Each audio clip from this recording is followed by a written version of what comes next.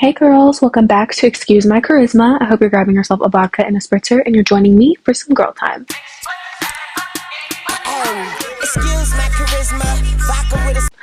Now we have a little bit of a different background today. I always make these videos in my room, but I found like a new location, which is my bed, that I'm kind of rocking with, so I think I'm gonna keep it like this. I'm also trying out a new technique. I have these AirPods in to see if it'll make the sound better and like cancel out background noise, so let me know if that's working.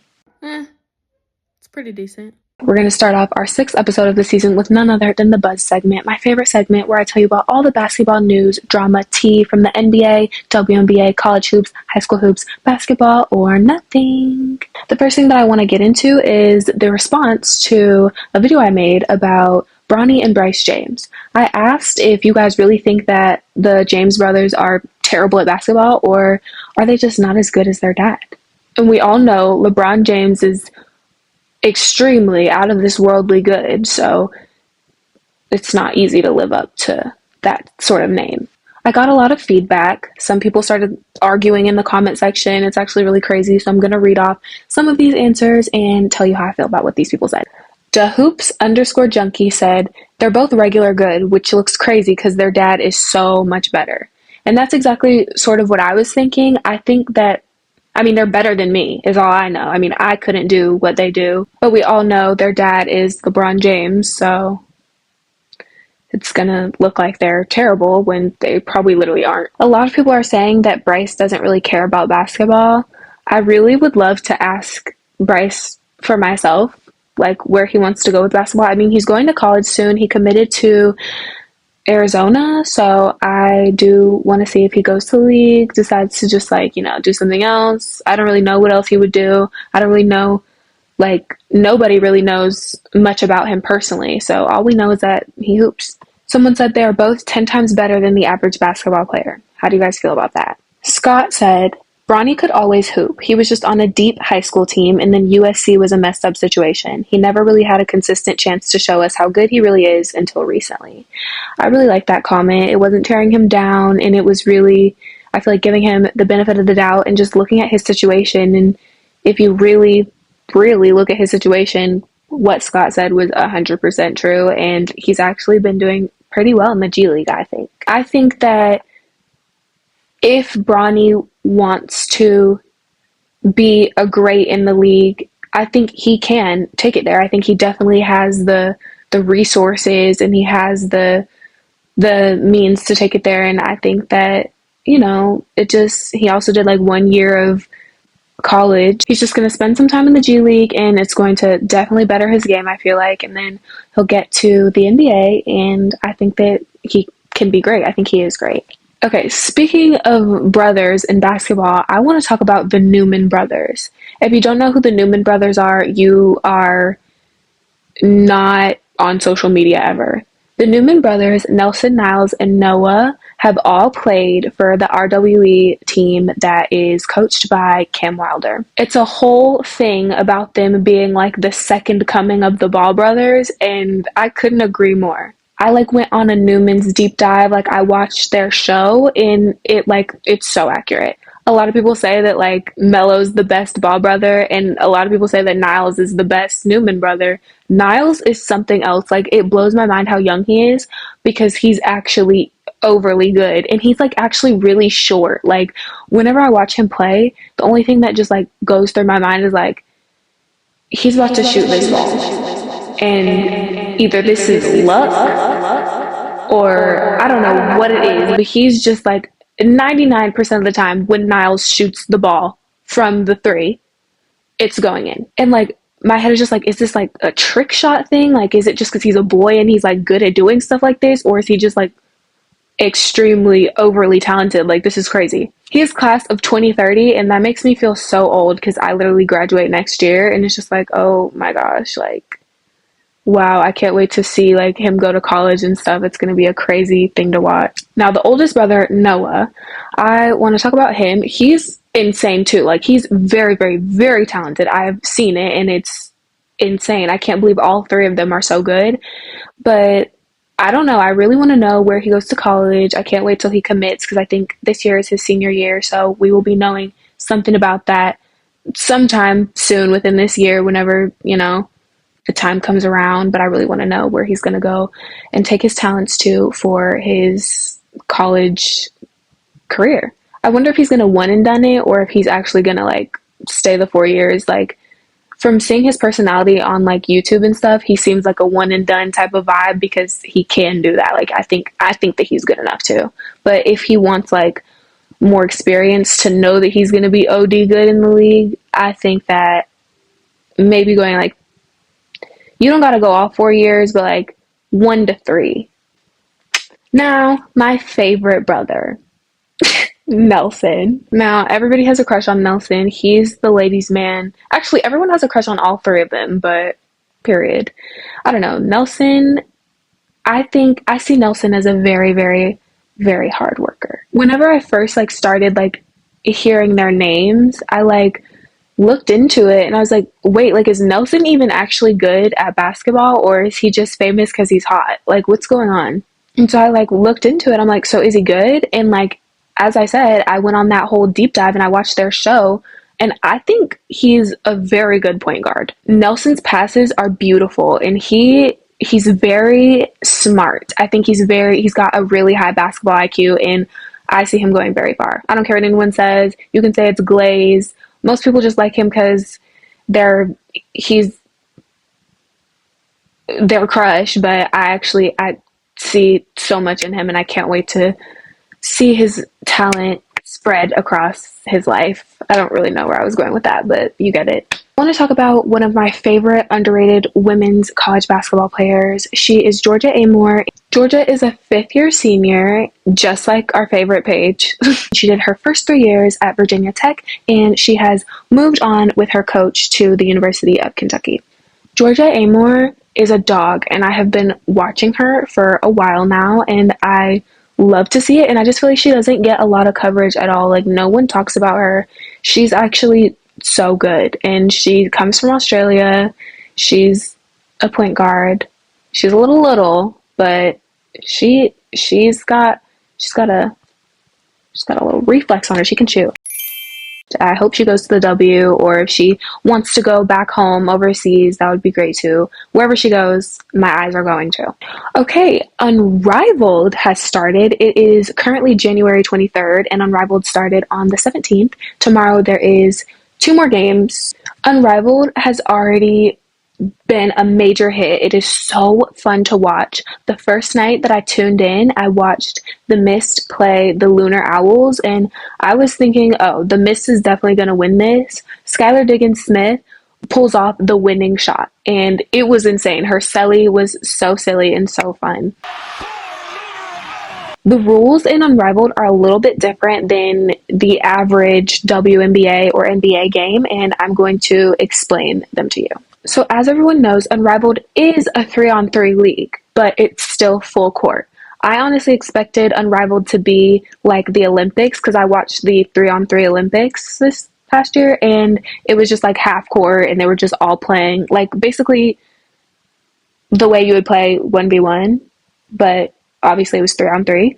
I thought that's how it was going to be, but Unrivaled is full court, and I just feel like that makes it 10 times funner. I love it. So there are still 4 quarters, and the first 3 quarters are 7 minutes long each, and then the final 4th quarter is untimed, and based on the score that the 2 teams already have, there's a winning score, and the first to get to the winning score for that night or exceed the winning score is who wins the game. I think that is such an interesting twist on basketball, and I think it makes it so much fun. If you guys haven't tapped into Unrivaled yet, you seriously need to. Like, it's so fun. If you don't watch women's basketball, watch Unrivaled. It's so accessible. You can watch it on Max. If you are not in the US, I know some places you can access it on YouTube, and it is also on TNT.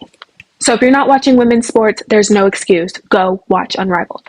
This is something that I have been dying to talk about for a minute. I have been very interested in the WNBA and women's sports, and all I've seen ever since I started tuning into the W is a lot of fake, made up, unnecessary rivalries. a lot of these rivalries are based on race and just stuff that is just insane. Like, literally, now they're trying to make Dejanay Carrington have a problem with Kate Martin over something that happened the other night during a game. All I have to say about that is I don't know why we continue to pit these women against each other. It may be a competitive sport, and it is competitive, but if they are not actively beefing, going at each other's necks, then why are you trying to make little digs and cut scenes out and twist words to make it seem like they are? The same thing happened with Dejanay Carrington and Caitlin Clark and Angel Reese. These women cannot be women without them having to have like some sort of fake cat fight, because I guess to you guys it makes the W interesting if it's messy. But at the end of the day, I feel like we all just need to focus on what actually matters, these women and their talent. Just like in the NBA, nobody's just making random rivalries like, oh my god, LeBron James poked Steph Curry in the eye. Are they beefing? They hate each other. Steph Curry is so jealous of LeBron James. You guys have seen Steph Curry and LeBron James play on the same team in the Olympics. Those men have respect for each other, and I just don't understand what the difference is between the women. Literally, Caitlin Clark and Angel Reese were on the same all-star team. They are cool. You're not. That's all I have to say for that. And I'm going to continue to stand by my women. And by the way, if you couldn't tell, yes, I'm an Angel Reese defender. Yes, I'm a Dejanay Carrington defender. And if you're not, you're on the wrong side of history. That is all I have today for you for the Buzz segment. So let's move on to the How's Your Heart segment, where we check in with each other just to see how we've been in our time apart. So how have you been? Me? I've been great. I've been really excited to get back to recording Excuse My Charisma. I went on a vacation, so I did not drop an episode last Monday. I wasn't going to address it, but but I'm so excited to be back and better than ever and get on a consistent schedule with recording these and getting them out for you, because people have been loving them on TikTok. My favorite moment of this week, this is going to sound so weird, but I started a new workout this week, and just the minute after I accomplished like the first day of it, I was like, oh, no, I'm proud of myself, because that was very hard, and I've been doing it all week, and I'm proud of myself. Like, I ate, and my body is tea, so period. I'm proud of myself for committing to doing that new hard workout and sticking with it, because it's actually a very good workout. I love it and I'm obsessed, and I've been sore all week and I keep doing it. Something I'm looking forward to releasing this episode. I'm excited. Okay, now we are here in my favorite section of the night, the Just a Girl segment, where I tell you my opinions on the new hot topics in social media and pop culture, and everything I say goes, and it's okay, and there's not a problem, because I am just a girl. The first thing I want to talk about is something that is extremely groundbreaking to me. I don't play about it whatsoever. It was actually the craziest thing to ever happen to me in 2025, and I was thrown off when it happened. If you couldn't guess what I was going to say, yes, I'm talking about the 14-hour TikTok ban. It was insane. Me and my friend were on FaceTime spiraling. We were going insane. We were like, dude, I keep out of muscle memory opening TikTok, and it's not opening. Like, this is actually crazy. And I'm like, what am I going to do without it? I'm literally mid saving TikToks on my phone. Like, okay, let me save all these things of myself looking hot so I can just go back and look at it whenever I just feel like I need to boost myself a little bit. Next thing you know, everything stops loading and I get a little notice, TikTok cannot be accessed right now. Trust, I was so sick, so mad, so thrown off, and thank God it's back. I love TikTok. I hate to say it, but I'm addicted. But who's not? If you're not, you want a cookie? Whoop-de-doo-doo. Okay, if you don't know, I'm actually a huge fangirl, and I love Justin Bieber. I had like a huge Justin Bieber phase. I'm in love with him. Like, I don't care what anyone says. Like, I will forever be in love with that man. And they're saying he's dropping music this year, guys. You know we've been in a drought. We know we've been in a drought. I've missed him so much. I've missed his music. I just have to listen to all his old stuff, which actually really does suffice. But I'm just saying, we need some new Justin. And I don't know. I hope it sounds like that Journals vibe. Like, I love R&B Bieber. Like, it really just, like, gets me. Speaking of me being a fangirl, that comes with me having tons of crushes. Like, I find a new TikTok crush probably every week. I am in love with everyone that I've ever seen. So, if you think I have a crush on you and you're famous, I probably do. I'm not just gonna tell you who my newest TikTok crush is because like she's kind of not that famous and it's like sort of niche, so I'm just not even gonna get into it. I'm sorry, I just can't do it, y'all. I can't do it. It's a secret. Speaking of TikTok, one of my favorite rabbit holes to go down every once in a while is like the whole Taylor Swift Gaylor, like just the meanings of her songs, Easter eggs, like when she's gonna drop Reputation, Taylor's version. Guys, Reputation is my favorite Taylor Swift album. Like maybe like next to like Folklore and Evermore. I don't know. I love every Taylor Swift album ever. I can't even choose. But the Tortured Poets Department, the anthology, by the way, the whole nine, the whole thing, every word is how I feel. Every word. So everyone say thank you, Taylor Swift. I'm obsessed. I love Taylor Swift. I don't know. I tried to deny that I was a Swiftie because sometimes Swifties get a little crazy, but I'm a Swiftie through and through. I love that woman and I love her music and she's so smart. And she really, I feel like she really sees me. She really sees us girls, you know? She sees us. Like, I've seen so many crazy theories on how she's gonna drop Reputation and how she's gonna drop Debut. Everyone was so thrown off and confused when she didn't announce Reputation Taylor's version before the Eras tour ended, and now it's over. So everyone's like, okay, girl, so where the album at? What's going on? Girl, it's okay. I'm like that too. Anytime I see any snake anywhere, any type of like golden snake, I take a picture of it and I post it on my Instagram story and I'm like, rep is coming. I feel it in my bones. Rep is coming. That is all that I have for the Just a Girl segment. Not too much, not too little. The perfect spritz of vibes. I'm just honestly yapping. I don't know, but let's move in to the last segment of the night, the Such a Girl segment, where I tell you one of my favorite products of the week, one song that I've been obsessed with, and one person that I want to shed light on.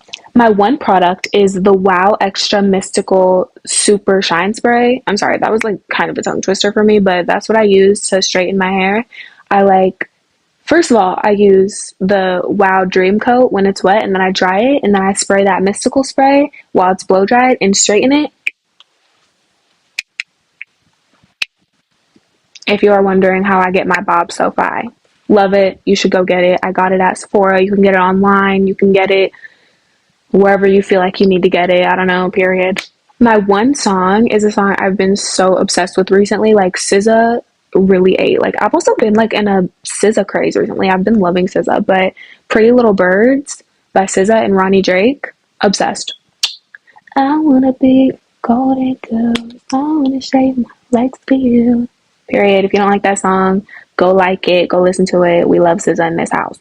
And my one person is an inside joke between me and my best friend. Not everyone will get it, but like maybe if you're like as crazy as us, you'll get it. But my one person is Mommy's Little Meatball. That's all I have for this episode of Excuse My Charisma.